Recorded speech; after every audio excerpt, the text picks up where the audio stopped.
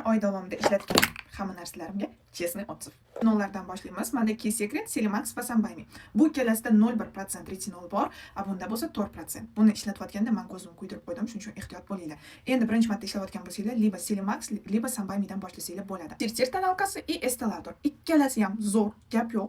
Yopib berishi ham hammasi zo'r. Prosta Estelatorda pipetkasi yo'q va uni отдельно sotib olishingiz kerak. O'zi palon pul bo'lsa. Shuni hisobiga har safar keragidan oshiqroq ishlatib qo'yaman, tezroq tugab qoladi.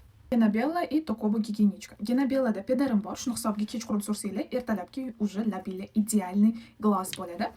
Tokoboniki ham menga yoqdi. Buni ranglari ham bor, tanlab olsanglar bo'ladi, lekin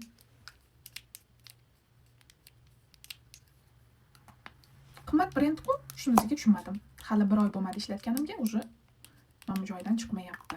Но Tokoboni balzami yaxshi. Balzam такой hidi ham приятный и ishlatganingizda ham labingizda приятный, ya'ni maslaga o'xshab qolmaydi. Tonab krem Rokisdan va Dalbadan. Dalbanikini men tonab krem deya olmayman. Bu prosta baza qizil joylar. Mana hozir qo'limga surib ko'rsataman. И yoniga Rokis surib ko'rsataman. Tonab krem deganda bu bitta tonga yuzingizni ochartirib berish kerak u narsa. Mana. Bu Rokis, bu Dalba. Endi buni baza qilib ishlatsanglar zo'r, lekin buni puliga normal bitta baza olasizlar, lekin buni tonab krem qilib ishlatib bo'lmaydi. Menga yoqmadi, chunki tonimni ochartirib bera olmadi.